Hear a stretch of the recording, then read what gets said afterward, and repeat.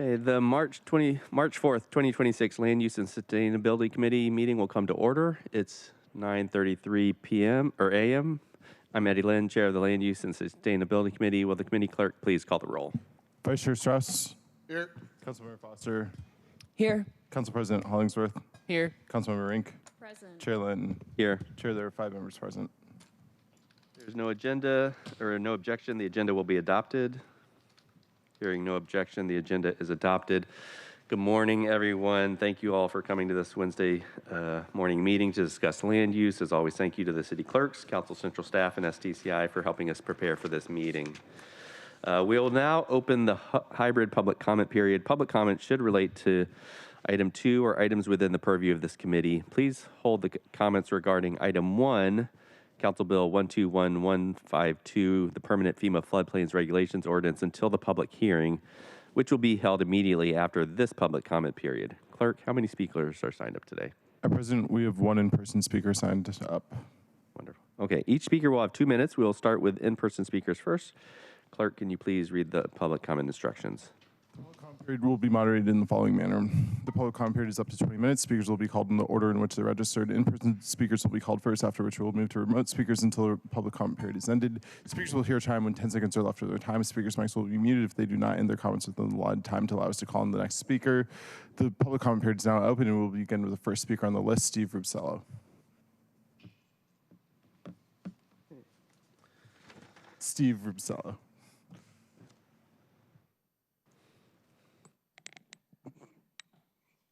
Well, priorities are an important thing, and MHA has never been reviewed.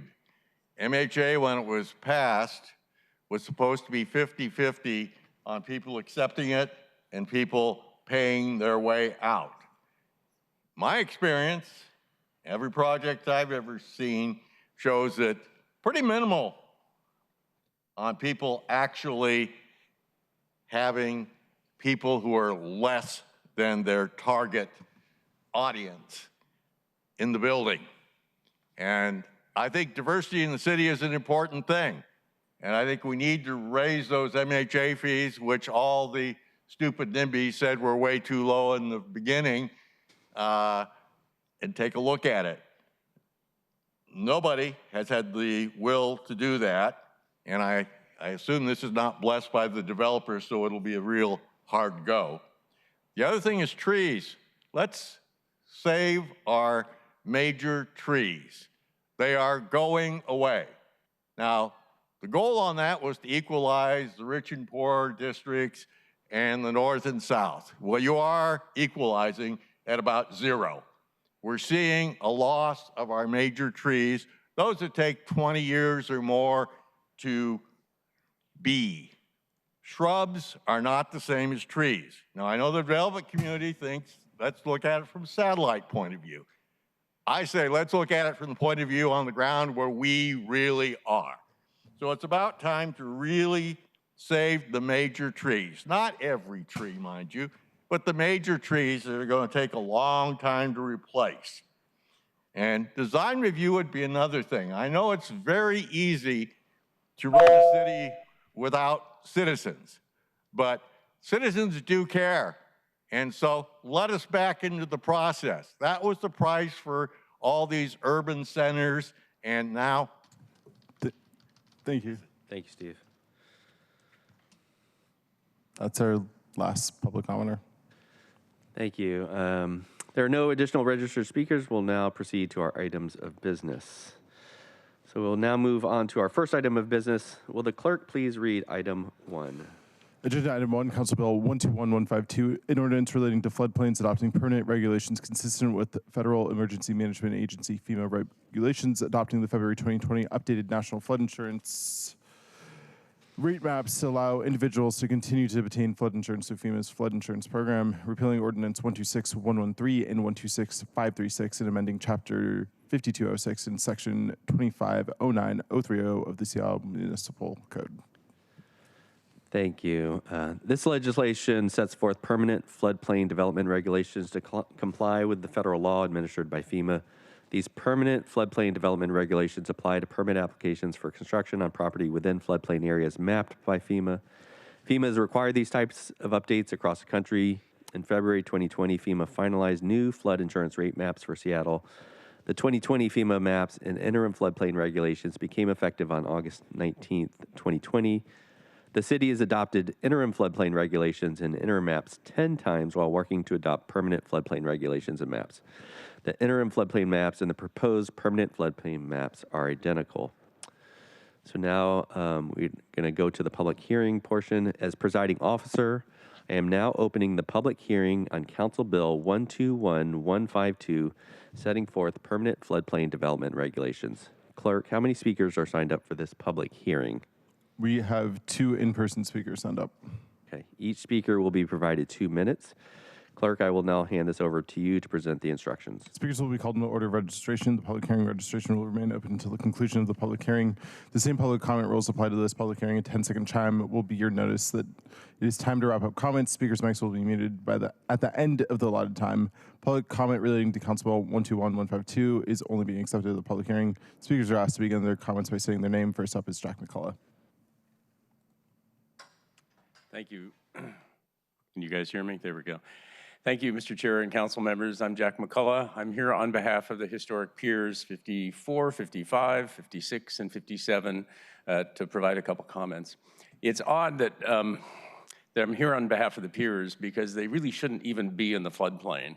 One of the things we've been struggling with is the maps that are before you now that were prepared by King County many years ago are flawed.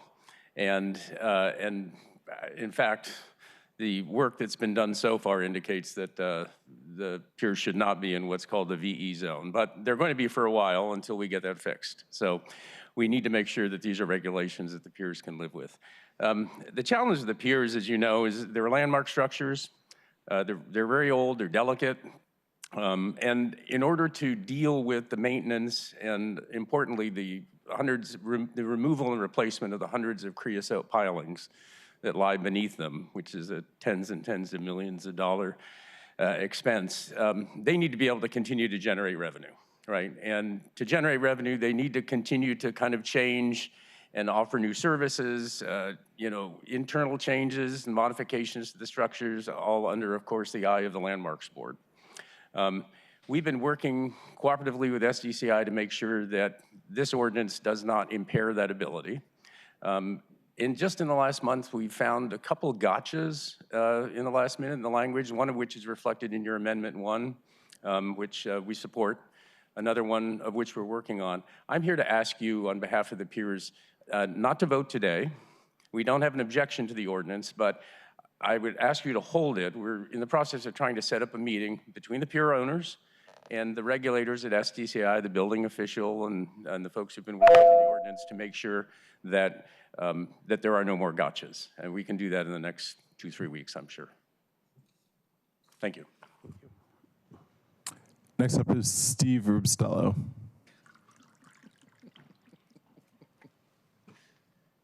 Well, this would not be permanent. It'd be until the federal government makes changes or with development, you change the floodplain or allow a developer to change the floodplain.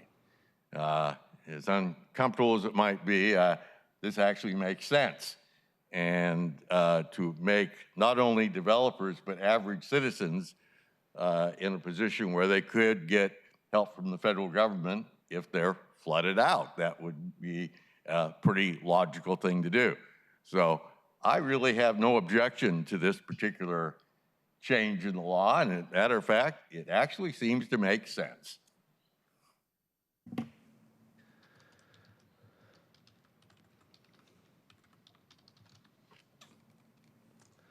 Thank you. That's our last public commenter.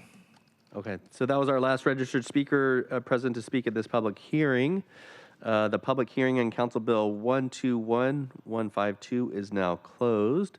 Will our representatives from SDCI and Council Social Staff please join us to answer any questions Council may have? And once ready, please introduce yourself.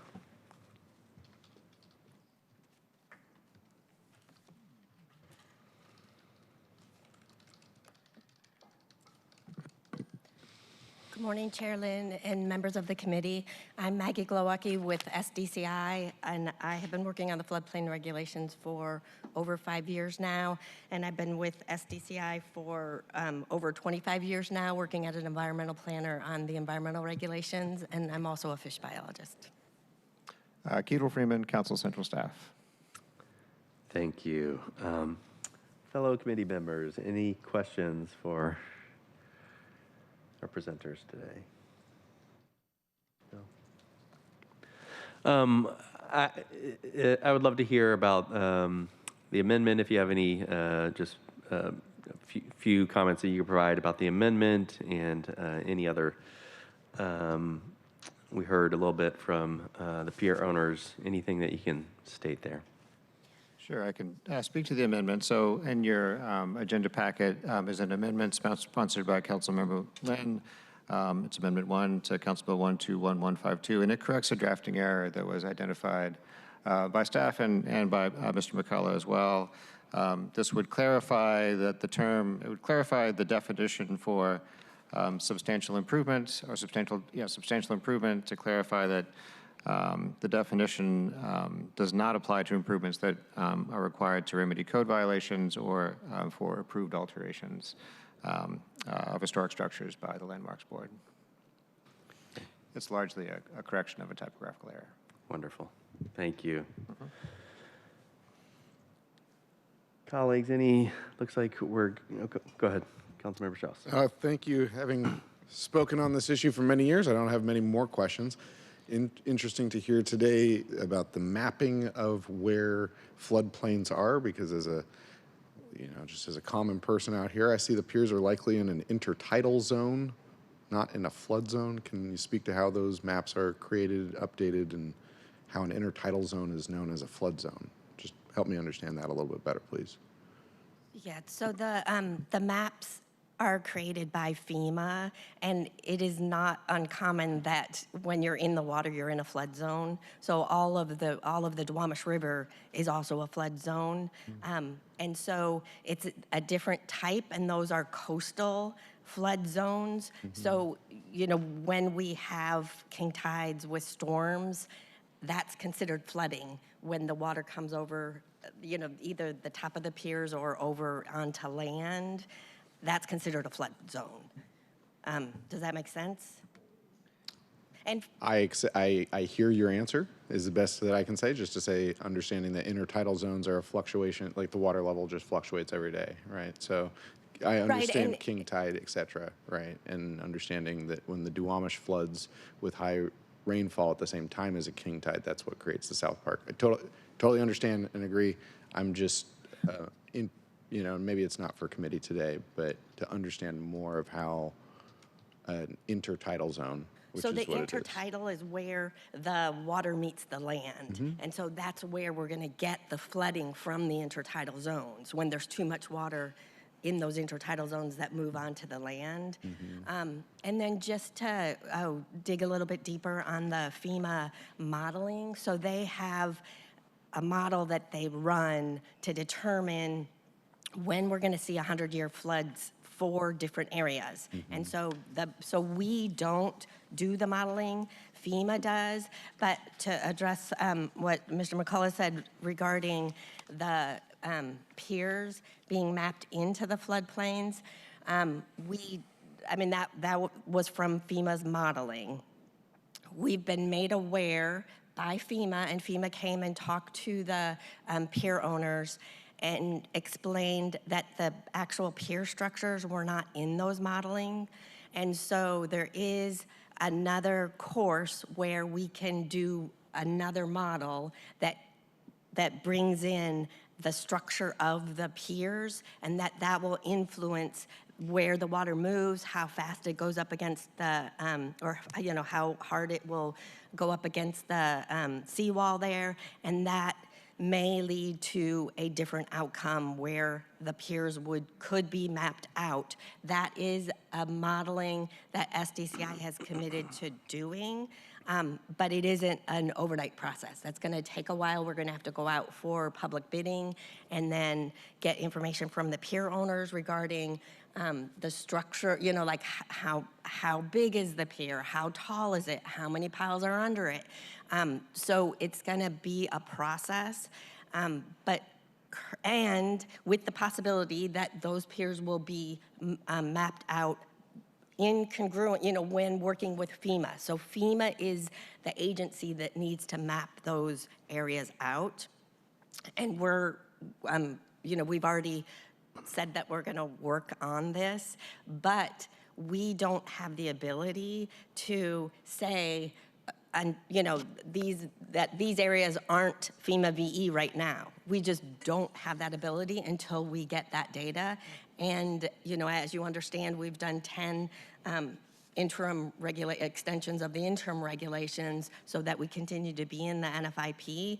And so we're, committed. We've met with the pier owners and explained how permits will be reviewed, as well as the historic piers. They are exempt from substantial improvement as long as they keep their historic, designation.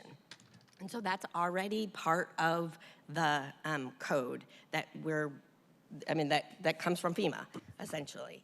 And so there is, there are paths forward.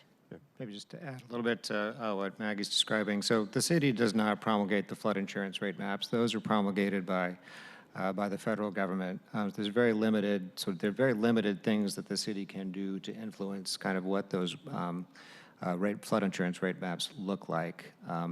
It would be up to FEMA to remap the velocity zones along the harborfront to come up with a different designation and potentially exclude the piers from the mapped velocity zones that are there, the VE zones that are there on Elliott Bay. So SDCI is working with some of those property owners to figure out kind of how that remapping can happen. Short of that, there is an opportunity for self-help for property owners on the waterfront. Individual property owners can apply for what's called a letter of map amendment or letter of map revision from the federal government. That's the city is not sort of the one that grants that, makes that amendment decision, but there are opportunities in the near term for folks who have more urgent needs to redevelop their property to seek some relief from the federal government. Thank you. Thank you, Ms. Glowicki, for a wonderful explanation. Chair, this conversation's been going on, I believe, 6.5 years at this point. As Ms. Glowicki noted, 10 extensions. And I guess I was disappointed to see that we have additional conversation that is not yet resolved today. I think it would be prudent upon our behalf to hold the vote on a different day to have these issues resolved before we pass the permanent legislation. We have the interim legislation right now that's been the process for 6.5 years. I guess my ask here is just, can we please just take the time to get it right? And that would be my ask. Can I ask if, to that, is there anything in these, I know they're called permanent floodplain regulations, and I hear you, Councilmember Strauss. Is there anything that would preclude us from amending, the regulations? It sounds like the maps might be changed at some point, but as needed to address concerns from the pier owners in the future. Is there anything that precludes us from working on that or passing? There's nothing that would preclude us from working on that. Okay. And go ahead. Anything further, Keith? Okay. Let's see. Councilmember Strauss, I certainly hear you. I think it's important to get it right. I also, as you stated, this is we've already had 10 extensions and certainly concerned about timing issues. And so, Clerk, is there a way, in terms of the rules, in terms of proceeding, if there is an objection, is there sort of a process for dealing with an objection to proceed with the vote on the same day of the public hearing, or I believe we moved to a vote on whether to suspend the rules. on whether to suspend the rules? Okay. So, but Do you have a, let's did ask you have for a comment? More of a, thank you, Chair, if I'm recognized. Yeah. Thank you. Just from my understanding, a question for our central staff, Keatle. Could you help me understand any risks associated with not taking action today? I can recognize that there's a long history of this work on floodplains legislation. I know, again, as was mentioned, 6 years. I just want to understand again procedurally if there's any risks associated with not taking action today as it relates to, an interim extension. There is not with not taking action today. There is, of course, we have an interim. We are currently under interim regulations. Those only last for 6 months. We are within that 6-month window, so a delay to the next committee meeting is not going to sort of put us up against when those current interim regulations expire. But generally speaking, the risk in not adopting the floodplain regulations is that the city could be out of compliance with the National Flood Insurance Program, which means that our property owners who have property in special flood hazard areas would not be able to have the benefit of subsidized federal insurance, and the city may not qualify for relief if there is flooding in the city through FEMA. So those are kind of the long-term risks. But in terms of schedule risk, really the only thing that's sort of driving that is the current expiration of our interim regulations. And for that, there is a week delay is not going to put us up against that deadline. Thank you, Keatle. Thank you, Chair. Yeah, I just wanted to ask, I think my understanding is what we heard in the public hearing earlier today was some concern, not necessarily around intent or specific things that that are included, but a concern that there may be other drafting errors, given there was one drafting error that we're working to amend, or that the chair is bringing forward an amendment on today. My question is maybe a variation on Councilmember Rink's question, which is, were we to move forward with the vote today, would there be anything that precludes council from any further needed amendments and taking those up at full council should any additional drafting errors be identified? No. Oh, go ahead, Maggie. So regarding the other, and I'm not going to call it an error, it's language that came from FEMA, and we don't have the ability to change that. And so we can work on a director's rule that would interpret that. And as we dug deeper, it seemed that it was more like building code, the way people in the building code section look at the definitions and words compared to how land use code does that. So that's easily addressed through a director's rule. We've already reached out to FEMA because it is FEMA's language, and so we don't have the ability to change that. We do have the ability to write a director's rule that interprets it. Thank you. I appreciate the clarification, and I appreciate you being forgiving with the drafting error language there. So thank you. But to respond to your question, of course, there can be amendments at full council. One, as with anything that looks like a land use regulation for the purposes of GMA, there's always a concern about something being wholly new and whether or not there would need to be an additional opportunity for comment. But if it's something that's within the scope of what's been considered, that really wouldn't be a problem at all. Thank you. Councilmember Strauss, is that your hand up, or is that? Yeah, Yes. just wanted to quickly, I think the risks that Mr. Freeman described are real.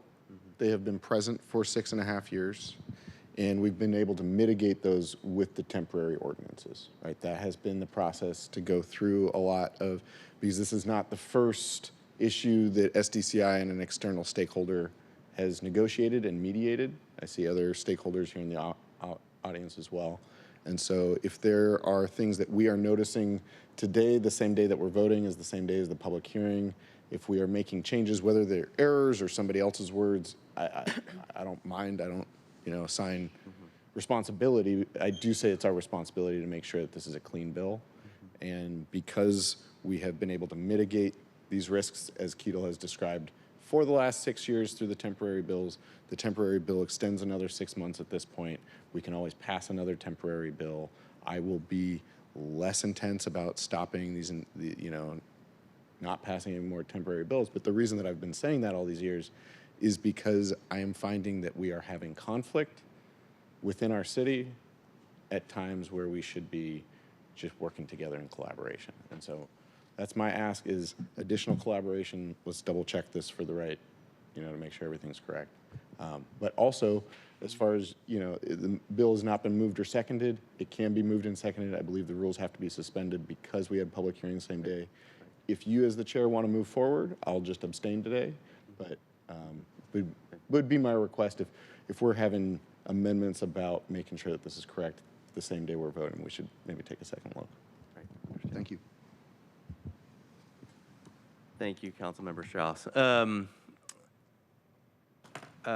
Just wondering, if we were to not vote today, any ideas on how quickly we could come back? I mean, I think I just heard if there was amendments, there's a question of whether we would need to hold another public hearing. Just want to get a sense from you on how quickly do you think we could reschedule? And I know that kind of depends on our schedule, but just if you have any thoughts. I defer. It sounds like one thing that would need to happen between now and committee vote, potentially, assuming that sort of, if I'm understanding kind of what you're describing, would be potentially a meeting between city regulators, so SDCI and perhaps others, SPU perhaps as well, right, and the downtown waterfront pier owners. Maybe there are other interested parties too, potentially the port. If at the end of the day, what the city is running up against is what the Code of Federal Regulations requires, there may not be an outcome there that is an amendment. There may be some future work program items for the city, but there may not be an option that is a change in regulation. That's okay. Okay. Clerk, if we decide not to call the vote today, do we just move forward?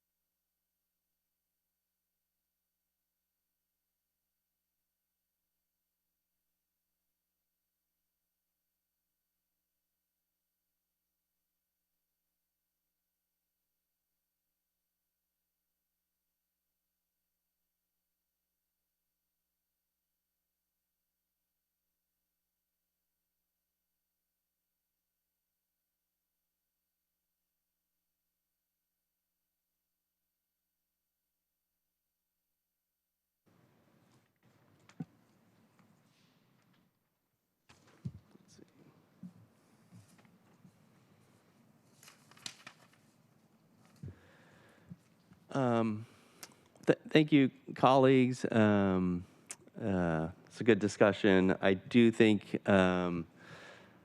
this has been in the works for a long time. And on the one hand, I was looking forward to moving to a vote. At the same time, I do think it's important to get it right and to allow additional time. So at this point, I'm not going to be proposing to suspend the rules and to allow for this to happen on a future date.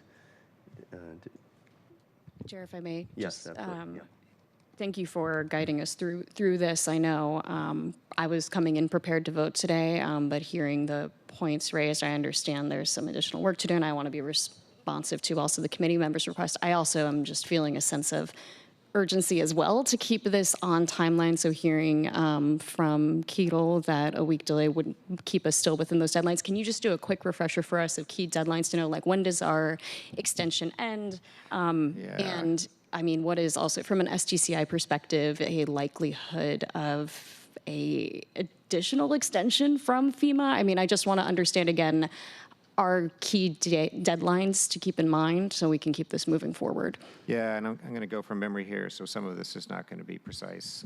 But I believe it was in December that the council extended the, it might have actually been in early January, that the council extended for an additional 6 months the current interim regulations. So those will expire on or about the end of June. Just sort of backing up from that, we'd need probably about 30 to 40 days for those regulations to become effective. So that means a full council vote probably should happen at some time no later than May. So there is time between now and then for that to happen. Maggie may have some additional information about sort of what any kind of review by the Department of Ecology or the feds may kind of sort of how that may play into that schedule as well. Yeah, so with any changes that we make, we need to bring the regulations back to FEMA for their review. And as Keto pointed out earlier, we are operating within guardrails. Like there's language that we have to have exactly the way FEMA has written. And so we don't have, complete control over the changes that we make. And so as we go back and forth with FEMA, as far as iterations, what's proposed, go to FEMA to see if that's okay. We've already talked with FEMA staff regarding a couple words that are in the definition of new construction that comes from FEMA. And so with that one, we know that a director's role is a way to go. So what I'm saying is it does take time to get a hold of FEMA staff and talk them through this and come up with a solution. They need to then review our final proposal so that they then approve it. Otherwise, we're not in the NFIP anymore. I'll just offer this for what it's worth. I'm not sure. I mean, FEMA's in the Department of Homeland Security, so I don't actually know that any of their staff is doing any work right now. That's true, too. Thank you for that. Those are certainly important considerations as we take this up. So I think my request to the committee would be we should just be aware that we cannot depend on FEMA granting us another extension. So if we're not going to vote today, let's all commit to getting this done and getting it over the finish line. So thank you, Chair.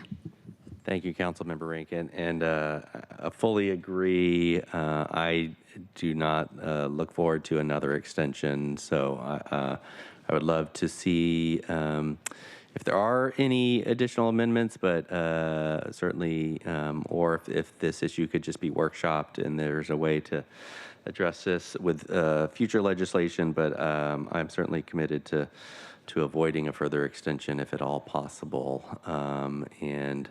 I understand the concerns about getting a hold of FEMA at the moment. So, so I'd look forward to, we'll work with you to bring this back for a future committee meeting for a future vote soon, and look forward to hearing any updates. Thank you so much. Thank you. Okay. Thank you, colleagues. We will now move on to our second item of business. Will the clerk please read agenda item 2? Agenda item 2, Council Bill 121171, an ordinance relating to land use and zoning repealing ordinance 127191, which allowed residential use within the Stadium Transition Area Overlay District under Chapter 2374 of the Seattle Municipal Code. Thank you. And we see our Council Central staff here.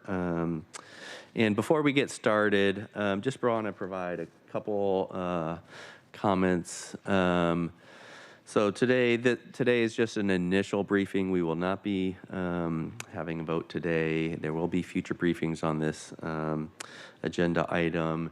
And I just want to make it clear that, as Land Use Chair, I'm bringing this forward to address Growth Management Hearings Board order to address compliance issues, not to revisit a very difficult policy issue. And just want to thank the members of the public for being here, including our labor partners. And with that, could you please introduce yourself, Council? H.B. Harper, Central Staff. Brief presentation today with just one slide for you. So showing the timeline here, but essentially last year, the then council president sponsored council-generated legislation that has been, as you mentioned, subsequently deemed invalid. So I'm before you today with a draft repeal ordinance for discussion. Council Bill 120933, which became Ordinance 127191, was passed by the City Council just about a year ago. And it amended development regulations to allow residential uses as a conditional use within a portion of the Stadium Transition Area Overlay District. So as you see here, after passage in May, the port submitted a petition for review, which is a type of appeal, to the Growth Management Hearings Board, claiming procedural and substantive errors on the part of the city. In November, the Growth Management Hearings Board issued a final decision and order deeming the ordinance invalid and ordered the city to take compliance action by May 11th of this year. And I see I have 2025 in the timeline there. That's my error. It should be 2026.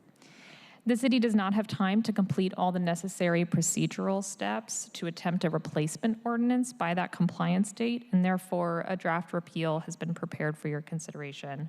And I would say here that I'm happy to answer any questions, but I should specify that I cannot speak to the legal aspects of this, which, as you probably are aware, there are many. I can try to answer policy and procedural questions, but I will likely caveat my answers a bit to ensure I'm staying in my lane, so to speak. So legal advice may be warranted depending on the questions, given the ongoing litigation. And that concludes my presentation. Thank you. Thank you. Colleagues, any questions?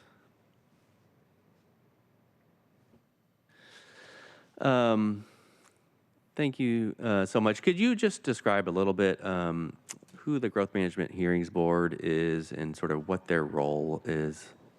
Sure. The Growth Management Hearings Board is the arbiter of Growth Management Act compliance. And so within state law and the Growth Management Act, there are a couple different remedies for folks seeking to evaluate or appeal or invalidate city actions. So depending on the type of land use decision, if it's related to comprehensive planning and development regulations, those go to the Growth Management Hearings Board for determination of validity or invalidity. Okay. And the Growth Management Hearings Board determined that prior ordinance was a finding of invalidity. Is that correct? That's correct. And could you, I'm not sure, I don't think this is a legal question, but could you, or perhaps it is, could you describe sort of the effect of a finding of invalidity, what that means for us as a city, for permits or so on?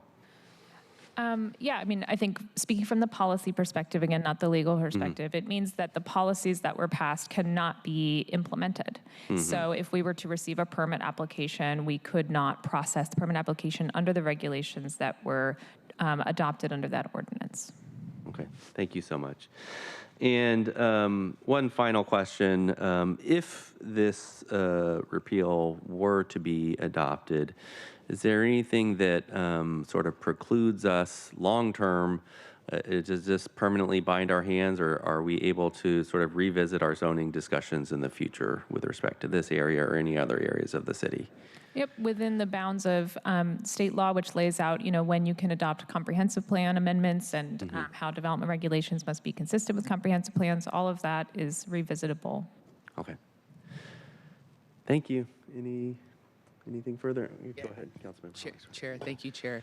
Quick question. Could you, for the public, HB, walk us through the potential timeline, like what clock we're up against in terms of deadlines, when we potentially have to do something, all those things?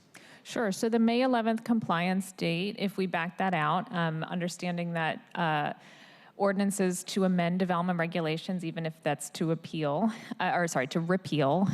development regulations, require notice and an effective date period. So with a 30-day effective date, backing out from May 11th, which would be our typical effective date, that would require that the ordinance be acted on by April 11th. And I didn't do the math on whether there are 30 or 31 days in April, but approximately mid-April, let's say.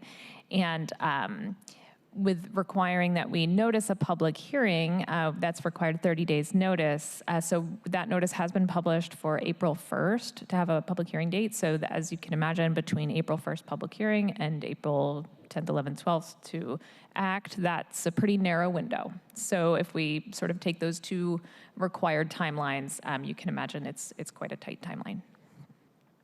Understood. And I also am very careful how I'm asking questions as well, just understanding all of the things that are going on legally. But the other question I have, and maybe this one is offline, is us understanding the options with this. This right now is in front of us a repeal, but if there are other options concerning this, I'm sure that we'll have those discussions. So Yeah, I would say the repeal is probably the most straightforward option. There may be other options that are less straightforward that we could look into. Understood. Thank you. Those are all my questions. Thank you, Chair. Thank you. And so just to confirm, we'll have we're scheduled for an additional briefing March 18th. We're scheduled for a public hearing on April 1st. We gave public notice of that. Any further questions or comments, colleagues? Okay, thank you. At this point, we've reached the end of today's meeting agenda. Is there any further business to come before the committee before we adjourn? Okay, hearing no further business come before the committee, we are adjourned at 10:13 a.m. Thank you.